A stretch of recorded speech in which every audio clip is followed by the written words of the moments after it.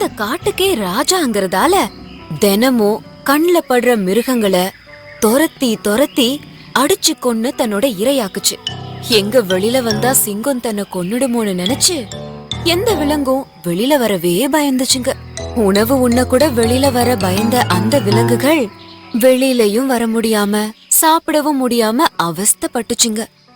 இப்படி இருக்கும்போது இந்த சிங்கத்துக்கிட்ட இருந்து எப்படியாச்சும் நம்ம தப்பிக்கணும்னு எல்லா விலங்குகளும் தனியா ஒரு கூட்டம் போட்டுச்சுங்க. அந்த கூட்டத்துல சிங்கத்தால அதுங்க எவ்வளவு துயரப்படுதுங்க கஷ்டப்படுதுங்கன்றத ஆலோசிச்சுதுங்க.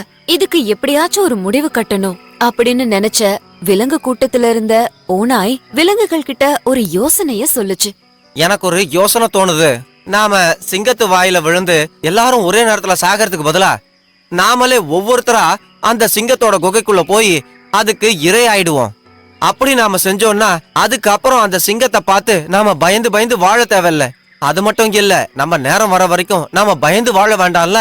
சிங்கம் எப்ப வரும் நம்மள எப்ப கொன்னுடுன்னு இனி நாம பயப்பட தேவையில்லைல்ல. ஓநாய் சொன்னதை கேட்ட மற்ற விலங்குகள் இதுக்கு ஒத்துக்குச்சுங்க.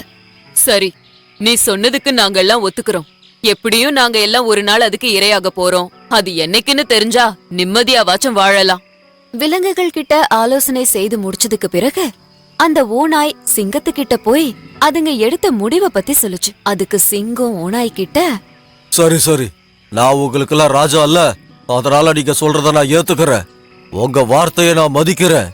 ஆனா ஒரு விஷயத்த ஞாபகம் வச்சுக்கோ, என்னைக்காவது எனக்கு உணவு கிடைக்க தாமதமானா நான் சும்மா விட மாட்டேன். உங்க எல்லாரையும் ஒரே நேரத்துல சாப்பிட்டுருவேன் அப்படின்னு கர்வத்தோட சொல்லுச்சு. சிங்கம் சொன்னதுக்கு சரின்னு அந்த ஓநாய் தலை வணங்கி சொல்லுச்சு. அன்னையில இருந்து ஒவ்வொரு நாளும் ஒவ்வொரு விலங்கா சிங்கத்தோட குகைக்கு இரையா போச்சுங்க. வந்ததுக்கு அப்புறம் சிங்கமும் தன்னோட இரைய ஆனந்தமா சாப்பிட்டுச்சு. சிங்கமும் அலைஞ்சு திரிஞ்சு ஓடி வேட்டையாட வேணான்னு நினைச்சு குகைக்குள்ளேயே சந்தோஷமா இரைய சாப்பிட்டுச்சு. அப்படி இருக்கும்போது ஒரு நாள் சிங்கத்துக்கு இரையாக வேண்டிய ஒரு முயல் குட்டி சிங்கத்தோட குகைக்கு போச்சு. ஆனா அந்த முயல் குட்டி ரொம்ப புத்திசாலியான ஒண்ணு. அதுக்கு சிங்கத்துக்கு இரையா போறதுல கொஞ்சம் கூட விருப்பம் இல்ல. அது மட்டும் இல்லாம தன்னோட காட்டுக்குள்ள இருக்க எல்லா விலங்குகளையும் அநியாயமா இந்த சிங்கம் இப்படி சாப்பிடுதே, அதுக்கு ஒரு பாடம் சொல்லி தரணும்னு நினைச்ச அது ஒரு நல்ல திட்டத்தை தீட்டுச்சு. அதுக்கு பிறகு சிங்கத்தோட குகைக்கு அந்த முயல் குட்டி போச்சு. இவ்ளோ தாமதமா வந்த தன்னோட இரைய பார்த்து சிங்கம் கோபமா வந்துச்சு. அங்க வந்த முயல் கிட்ட, நான் உங்க எல்லார்கிட்டயும் முன்னாடியே சொல்லி இருக்கேன், எனக்கு லேட்டானா பிடிக்காதுன்னு. நீங்க கொடுத்த வார்த்தையை காப்பாத்தல, அதனால நானும் உங்களுக்கு கொடுத்த வாக்குறுதியை மீற போறேன். என் இஷ்டத்துக்கு யார வேணாலும் அடிச்சு சாப்பிட போறேன் அப்படின்னு ரொம்ப கோபமா சொல்லுச்சு அந்த சிங்கம். அதுக்கு பணிவோட அந்த முயல் குட்டி, மன்னிச்சிடுங்க மகாராஜா, தப்பு நடந்து போச்சு. ஆனா நான் லேட்டா வந்ததுக்கு காரணம் இருக்கு, அத முதல்ல சொல்லிடுறேன். அதுக்கப்புறமா நீங்க என்ன கொன்னு சாப்பிடலாம் அப்படின்னு சாந்தமா சொல்லுச்சு. அது என்னன்னு சீக்கிரமா சொல்லு அப்படின்னு கோபமா சொல்லுச்சு. அதுக்கு அந்த முயல், மகாராஜா, நான் உங்க இடத்துக்கு வந்துட்டு இருக்கும்போது நடுவுல ஒரு சிங்கத்தை நான் பார்த்தேன். நான் பயந்து போயிட்டேன். அந்த சிங்கத்துக்கிட்ட மகாராஜாவான உங்களை பத்தி பெருமையா சொன்ன. ஆனா அந்த சிங்கம் உங்களை பத்தி ரொம்ப தப்பு தப்பா பேசிச்சு. ஆனா எனக்கு ரொம்ப கோவம் வந்துருச்சு. என்னோட காட்டுக்கே மகாராஜா அவரை பத்தி நீ எப்படி இவ்ளோ தப்பா பேசலான்னு நான் கேட்டேன். ஆனா அதுக்கு அந்த சிங்கம் கோபமா என்ன அப்படியே தூக்கி கொல்ல பாத்துச்சு. என்ன மட்டும் கொன்னேனா என்னோட மகாராஜா உன்னை சும்மா விட மாட்டாருன்னு நான் அதை எச்சரிச்சேன். அதுக்கு அந்த சிங்கம், உன்னோட மகாராஜா ஒரு மண்டு, அது ஒரு சோம்பேறி, உட்கார்ந்த இடத்துலயே இரைய சாப்பிடுதா. உன்னோட ராஜாவா இருந்தாலும் சரி இல்ல வேற யாரா இருந்தாலும் சரி, என்கிட்ட நேருக்கு நேரா வந்து மோத சொல்லு பாக்கலாம். அப்புறம் நான் யாருன்னு அதுக்கு நல்லா தெரியும். தைரியம் இருந்தா என்ன நேருக்கு நேர் மோத சொல்லு அப்படின்னு தப்பு தப்பா பேசுச்சு.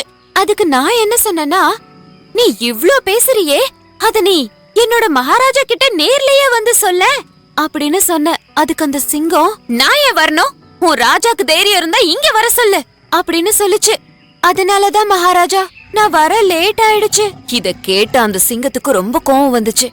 வா, இப்பவே போலாம், அவன நானு பாத்துறலாம் அப்படின்னு அந்த சிங்கம் கிளம்ப தயாராயிடுச்சு.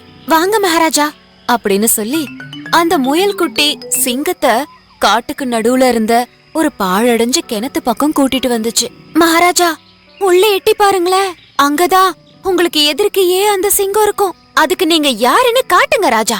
கோபத்தோட உச்சத்துல இருந்த அந்த சிங்கம் கிணத்துல காலை வச்சு எட்டி பார்த்து மிரட்டலா ஒரு உருமல் கொடுத்தது. அப்ப அந்த சிங்கத்தோட பிம்பம் தண்ணில அதே மாதிரியே மிரட்டலா உருமுச்சு. அதுக்கு அந்த முயல்குட்டி, பாத்தீங்களா மகாராஜா, அது எவ்வளவு திமிரா உங்ககிட்டயே உருமுதுன்னு அப்படின்னு ஏத்தி விட்டுச்சு. உடனே சிங்கம் கொஞ்சம் கூட யோசிக்காம கோபத்தோட உச்சத்துக்கே போய் கிணத்துக்குள்ள ஒரே தாவா தாவுச்சு. தண்ணிக்குள்ள வேற எந்த சிங்கமும் இல்ல. அதுவேதான் தண்ணிக்குள்ள விழுந்துருச்சு. வெளியில வர முடியாம தண்ணிக்குள்ளேயே தவிச்சு மூழ்கி இறந்து போயிடுச்சு.